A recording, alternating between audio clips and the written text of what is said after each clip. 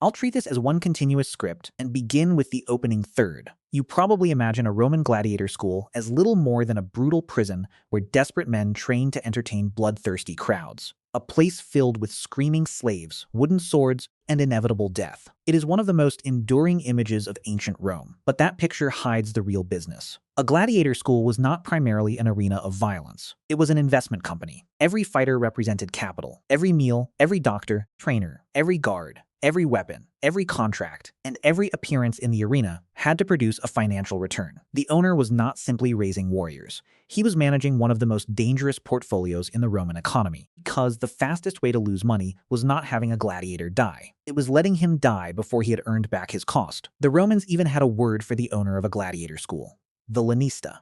Ancient writers often described him as one of the least respectable businessmen in Roman society. Yet behind that poor reputation stood an operator who understood risk, pricing, insurance, labor management, marketing, logistics, and asset preservation better than many merchants. Arena was theater. The school was finance. That changes almost everything. When most people think about Rome's economy, they imagine tax collectors, merchant ships crossing the Mediterranean, silver mines in Spain, or vast agricultural estates worked by slaves. Industries certainly mattered. But hidden within that enormous imperial economy existed a surprisingly sophisticated entertainment business that generated fortunes from carefully manufactured violence. A gladiator school was not simply a place where men fought. A factory behind Rome's most profitable live entertainment industry. And like every factory, it depended on one question: could the finished product earn more than it cost to produce? That sounds obvious today, but in the Roman world, the answer determined whether a Lanista became wealthy or bankrupt. Imagine opening such a business around the reign of Emperor Trajan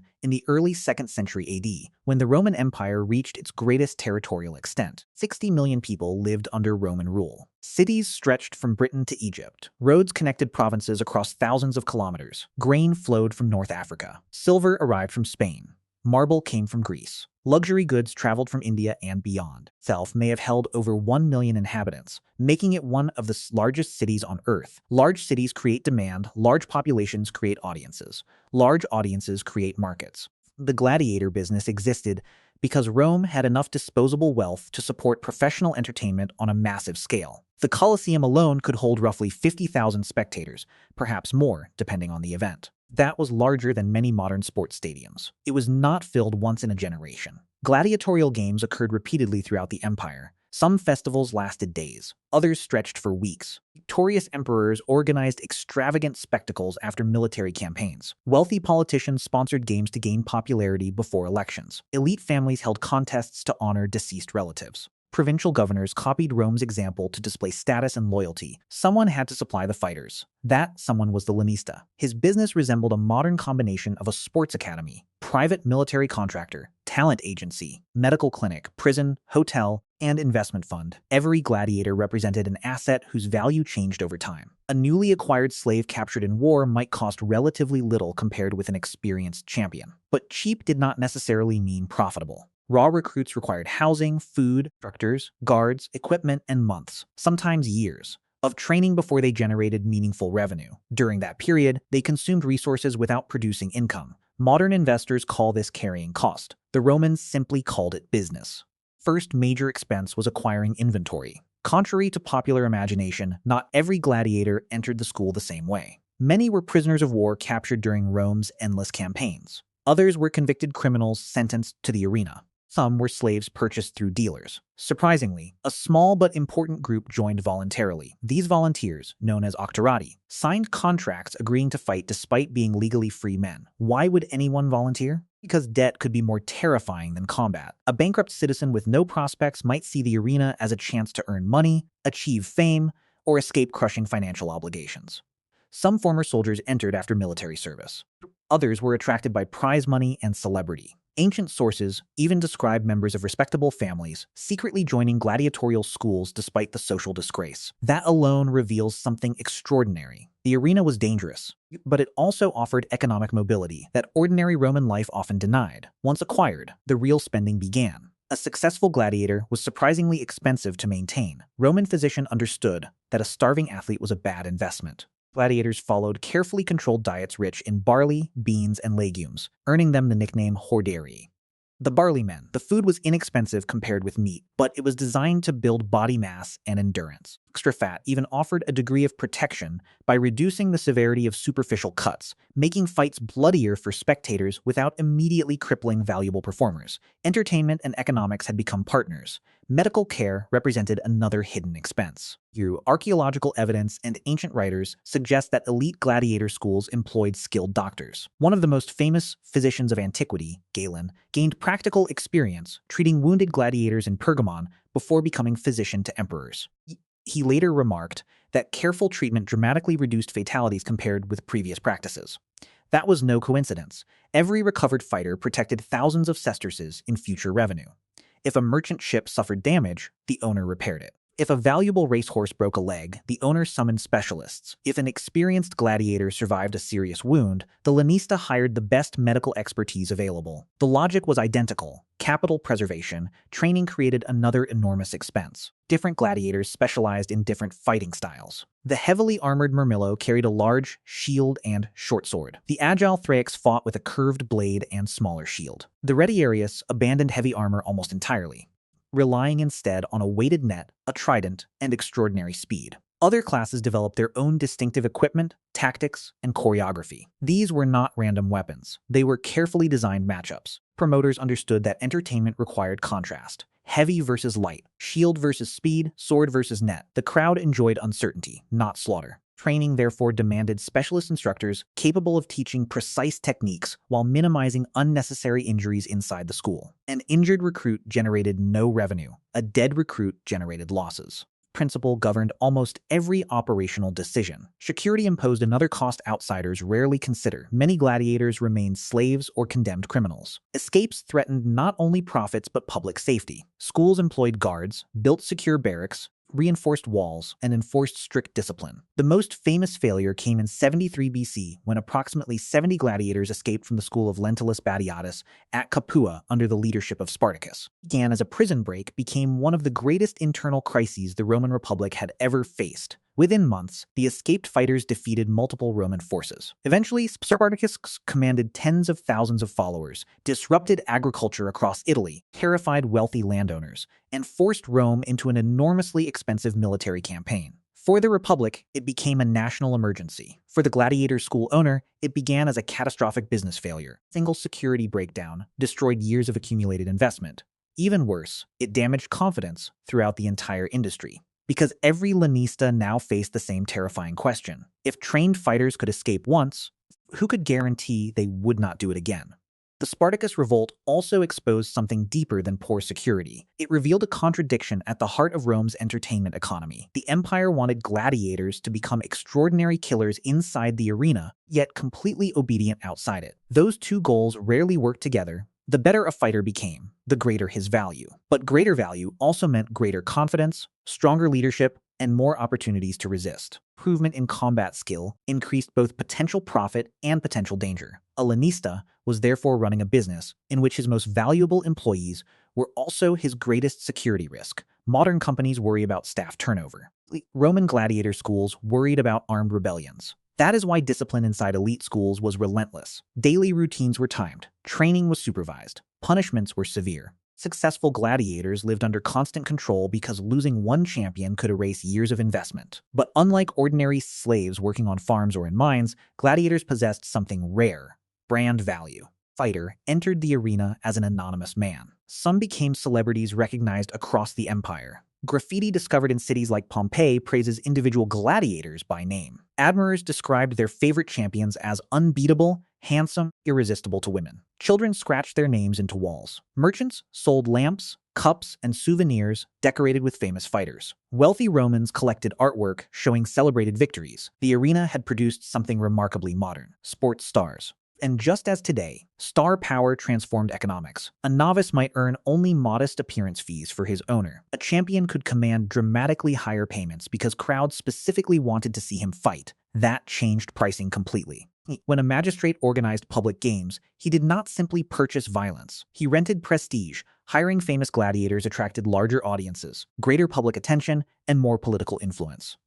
Roman politicians understood that generous games could translate into popularity, loyalty, and sometimes electoral success. The Lanista understood something equally important. Popularity could be monetized. If one celebrated fighter doubled attendance, his rental price increased accordingly. Suddenly, the gladiator was no longer just a combatant. He had become intellectual property. His reputation generated cash, his victories increased future earnings, his survival protected future income. Death destroyed an appreciating asset.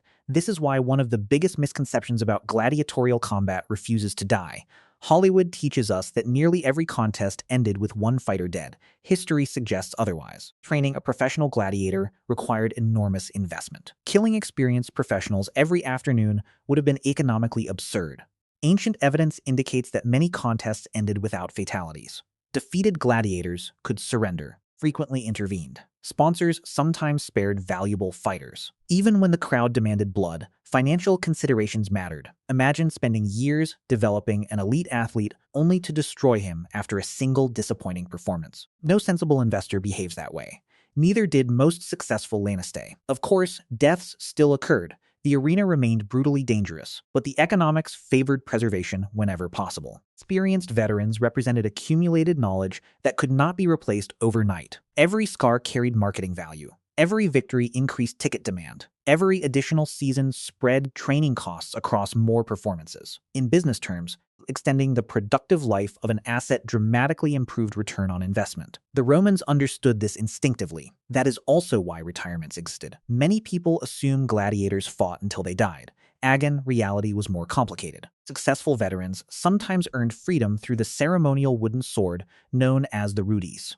Receiving it meant they had completed enough distinguished service to leave the arena. At first glance, granting freedom appears financially irrational. Why release someone valuable? Because reputation created another source of profit. A school famous for producing champions who survived long enough to earn freedom attracted ambitious volunteers. Remember the Octoratai, free men considering the arena needed hope. Gladiator inevitably died, recruitment became harder. If legends existed who gained wealth, fame, and eventual freedom, the business became far more attractive. Hope reduced hiring costs. Hope expanded the labor pool. Hope became part of the product. Lanista wasn't only selling fights. He was selling possibility. That possibility extended beyond the arena itself. Successful schools developed reputations much like elite universities or professional sports academies today. Some produced consistently disciplined fighters. Others specialized in particular combat styles. Prestigious schools could charge higher fees because buyers trusted the quality of their graduates. The school's name became an economic asset in its own right. Reputation lowered uncertainty. Certainty justified higher prices. Exactly the same principle drives luxury brands today. Yet no matter how famous a school became, every owner remained trapped inside one unavoidable problem: cash flow. Training expenses arrived every single day. Food, repairs, doctors, guards, weapons, housing, instructors. Maintenance income, however, arrived only when promoters hired fighters. That mismatch created financial pressure.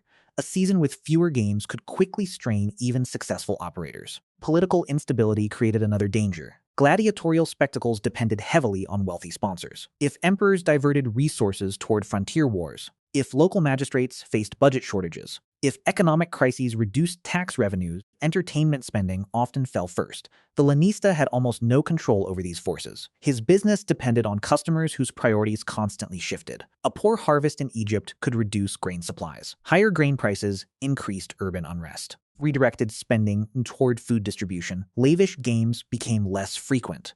Suddenly, the gladiator school felt the consequences of agricultural failure hundreds of kilometers away.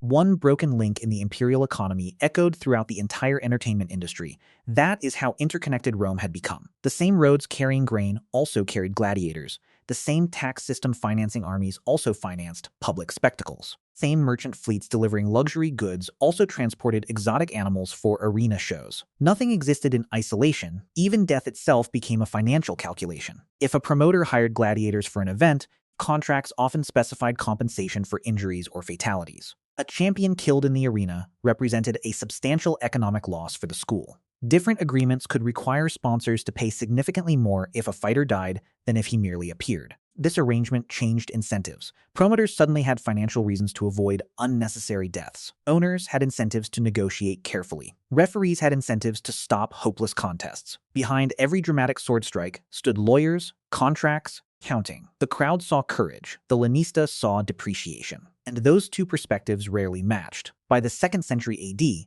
the gladiator industry had become so sophisticated that it resembled an integrated entertainment economy rather than a collection of isolated schools. Training academies produced talent. Doctors protected investments. Armorers manufactured specialized equipment. Traders supplied exotic beasts. Builders maintained arenas. Merchants sold food to spectators. Artists created commemorative mosaics. Poets celebrated famous champions. Politicians purchased popularity. Emperors purchased legitimacy. Thousands of livelihoods depended on the continued success of public games. The arena was not just a spectacle. It was an economic ecosystem, and like every ecosystem, it was only as stable as the political machine supporting it, because beneath all the cheers, wagers, celebrations stood one customer more powerful than anyone else: the Roman state itself. The Roman state did far more than tolerate gladiatorial combat. In many ways, it became the industry's largest customer, its most influential regulator, and ultimately the force that determined whether the entire business expanded or declined. That relationship is easy to overlook because modern governments rarely sponsor entertainment on such a scale. Rome did. When an emperor organized games, he was not simply funding a celebration. He was making a political investment. The return was measured in stability. Imagine ruling an empire stretching nearly 5 million square kilometers, populated by more than 60 million people speaking dozens of languages, practicing different religions, and living thousands of kilometers apart. Armies could suppress rebellions. Tax collectors could extract wealth. Governors could enforce laws. But none of those things created loyalty. Spectacle did. Arena reminded ordinary Romans that the emperor possessed limitless resources. Thousands of animals imported from Africa. Elaborate stage machinery. Exotic prisoners from distant wars. Professional gladiators trained for years. Massive amphitheaters capable of holding entire cities. Every event communicated the same message: the empire is rich, the empire is powerful, the empire can afford to spend fortunes on your entertainment. That message had enormous political value. Roman writers later summarized this strategy with the famous phrase panem et circenses, bread and circuses. The expression is often misunderstood. People imagine it means governments distract citizens with free entertainment. That is only half the story. Bread prevented hunger. Circuses prevented resentment. Together, they reduced the likelihood of unrest in one of the largest cities on Earth. From an economic perspective, public games functioned as social spending. Instead of paying citizens directly, the government purchased public satisfaction. That made the gladiator industry part of Rome's political infrastructure. A Lanista might negotiate with local magistrates, wealthy aristocrats, or private sponsors, but the health of his business ultimately depended on the priorities of the imperial government. When emperors competed to outdo one another with grand spectacles, demand exploded. When imperial finances weakened, demand contracted. The owner of a gladiator school could be the finest businessman in Italy and still watch his profits disappear because of decisions made hundreds of kilometers away in the imperial palace. This dependence created another hidden risk. The gladiator industry did not control its own market. Politics did. That meant successful owners paid close attention to events far beyond the training yard. A victorious military campaign often meant celebrations. Celebrations meant games. Games meant contracts. Contracts meant revenue. Military success literally generated customers. Ironically, the same wars that supplied many gladiators through captured prisoners also created the political victories that increased demand for gladiatorial spectacles. Rome had built a self-reinforcing cycle. Conquest produced captives. Captives supplied the schools. Victories justified celebrations. Celebrations hired gladiators. Successful games glorified conquest. Conquest began again. Violence financed entertainment. Entertainment celebrated violence. Each strengthened the other. Yet no economic machine expands forever. By the 3rd century AD, cracks were appearing throughout the Roman world. Civil wars erupted with alarming frequency. Emperors rose and fell within months. Foreign invasions intensified. Trade became more dangerous. Inflation accelerated as emperors repeatedly debased the silver denarius, reducing its precious metal content while minting ever greater quantities. Prices climbed. Confidence fell. Merchants demanded more coins for the same goods. Soldiers expected higher pay. Tax collection became increasingly difficult. Every business in the empire felt the pressure. Gladiator schools were no exception. Food became more expensive. Weapons cost more. Transport costs increased. Maintaining large staffs became harder. At precisely the moment expenses were rising, governments had fewer resources available for extravagant public entertainment. The economics that had once favored expansion began moving in the opposite direction. Even the labor supply changed. Rome's greatest centuries of territorial conquest had produced enormous numbers of war captives. Those conquests gradually slowed. Fewer successful campaigns meant fewer prisoners entering slave markets. The price of slaves increased. Acquiring new gladiators became more expensive. The industry's raw material was becoming scarcer. Modern manufacturers worry about shortages of steel, oil, or computer chips. Roman Lanista worried about shortages of human beings. This exposed a brutal reality. The gladiator business depended upon the continuous production of disposable labor. When the empire stopped expanding, that labor pipeline weakened. The economics quietly deteriorated long before the institution itself disappeared. At the same time, public taste slowly evolved. 30. Animal hunts, theatrical performances, chariot racing, and other forms of entertainment increasingly competed for attention.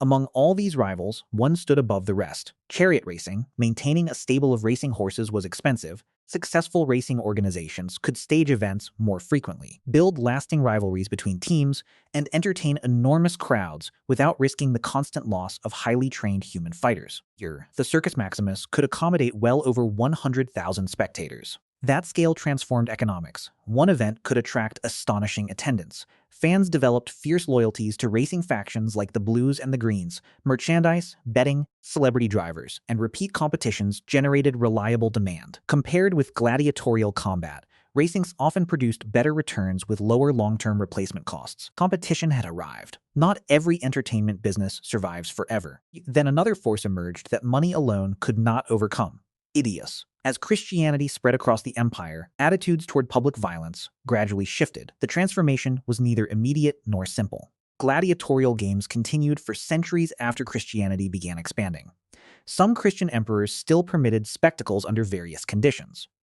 But the moral foundation supporting the industry had weakened. Practices that once symbolized Roman greatness increasingly appeared incompatible with the empire's changing religious identity. Demand does not disappear only because products become unprofitable. Sometimes it disappears because society changes its mind. Economists call this a shift in preferences. Businesses call it existential risk. By the early 5th century, gladiatorial combat had largely vanished in the Western Roman Empire, not because owners suddenly forgot how to train fighters.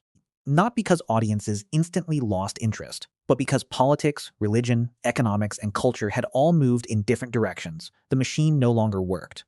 Looking back, it is tempting to see gladiator schools as monuments to cruelty. They certainly were. Stopping there misses the larger lesson. The Lanista was operating inside one of history's most sophisticated entertainment industries. He balanced investment against mortality. He protected valuable assets while selling the illusion of constant danger. He managed recruitment, branding, contracts, healthcare, logistics, security, and reputation centuries before business schools existed. His greatest challenge was never teaching men how to fight. It was making violence economically sustainable. The deepest irony of all. The Roman Gladiator School was built to manufacture death, but its profits depended on keeping men alive for as long as possible. The crowd believed they were paying to watch lives end. The owner knew they were paying to watch investments endure. Once you understand that, the arena looks completely different. The swords were real. The blood was real. The danger was real. But beneath every clash of steel stood something even more powerful than brute force: balance sheet. The roar of 50,000 spectators was only the sound on the surface. Underneath, almost silently, an accountant's logic decided who fought, who survived, who became a legend, and who was worth risking it all. That is why a Roman gladiator school was never simply a place where warriors were made. It was a business that transformed human lives into financial assets, courage into market value, reputation into pricing power, and survival into profit.